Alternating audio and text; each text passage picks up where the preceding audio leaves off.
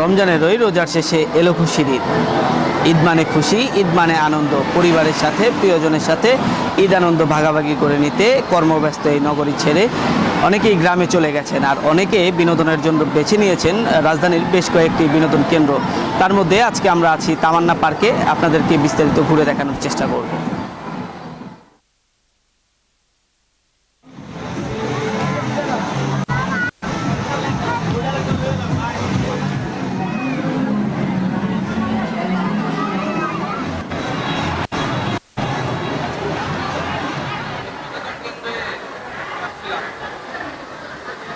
এসেছি মিরপুর 2 নম্বর থেকে, সাথে ভাই আম্মু সবাইকে নিয়ে একসাথে এসেছে। কেমন লাগছে পরিবার নিয়ে ঘুরতে এসে?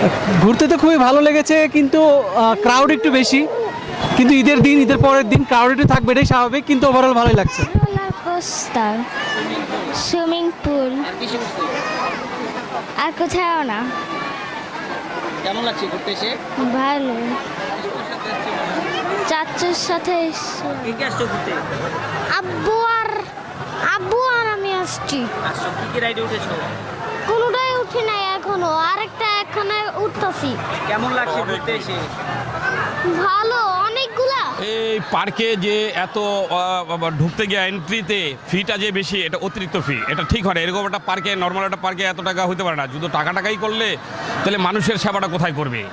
আসলে এই পার্কগুলো তো দিয়েছে মানুষের সেবা করার জন্য, কিন্তু সেবার তো এখানে কোনো বালাই নেই। এখানে মানুষ আর মানুষ থই করতেছে, আর 80 টাকা করে ঢুকতেই এন্ট্রি ফি। তারপরে রাইডগুলো তো প্রচুর টাকা নিচ্ছে, সেটা 60 টাকা করে নিচ্ছে। আপনি কিভাবে নিব?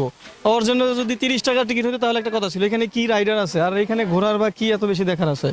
যদি আমরা সুইমিং এ উঠি তাহলে না হয় এটা আপনার 200 থেকে 300 টাকা নিতে পারতো এইটুক জায়গায়। ছোট হিসাবে পার্কের টিকিটের দামটা একটু বেশি নিচ্ছে আমার মনে হয়। 50 টাকা অথবা 60 টাকা থাকলে বেটার হইতো। আলহামদুলিল্লাহ, খুব ভালো, খুব সুন্দর হয়েছে। আমি আমার ওয়াইফ 500 টাকা এন্ট্রি ফি নিছে। অতিরিক্ত মানে কি, মহা অতিরিক্ত। 350 টাকা করেছিল, 350 টাকা করে, সেখানে 500 টাকা করছে। ঈদের দ্বিতীয় দিনেও রাজধানীর বিনোদন কেন্দ্রগুলোতে দর্শনার্থীদের উপচে পড়া ভিড়। গত বছরের তুলনায় এবছর টিকিটের মূল্য দ্বিগুণ করার অভিযোগ উঠেছে বিনোদন কেন্দ্র কর্তৃপক্ষের বিরুদ্ধে। শান্ত মাহমুদ, চ্যানেল এস, ঢাকা।